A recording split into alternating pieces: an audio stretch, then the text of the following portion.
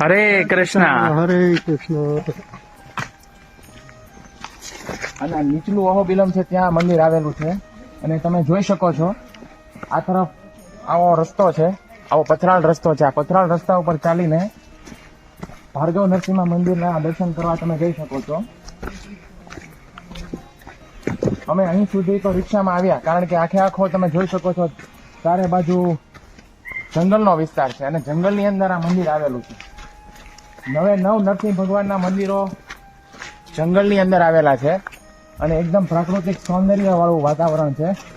ચારે તરફ પશુ પક્ષીઓ રહે છે અને એની વચ્ચે નૈસર્ગિક સૌંદર્યની વચ્ચે નરસિંહદેવ ભગવાનનું મંદિર આવેલું છે.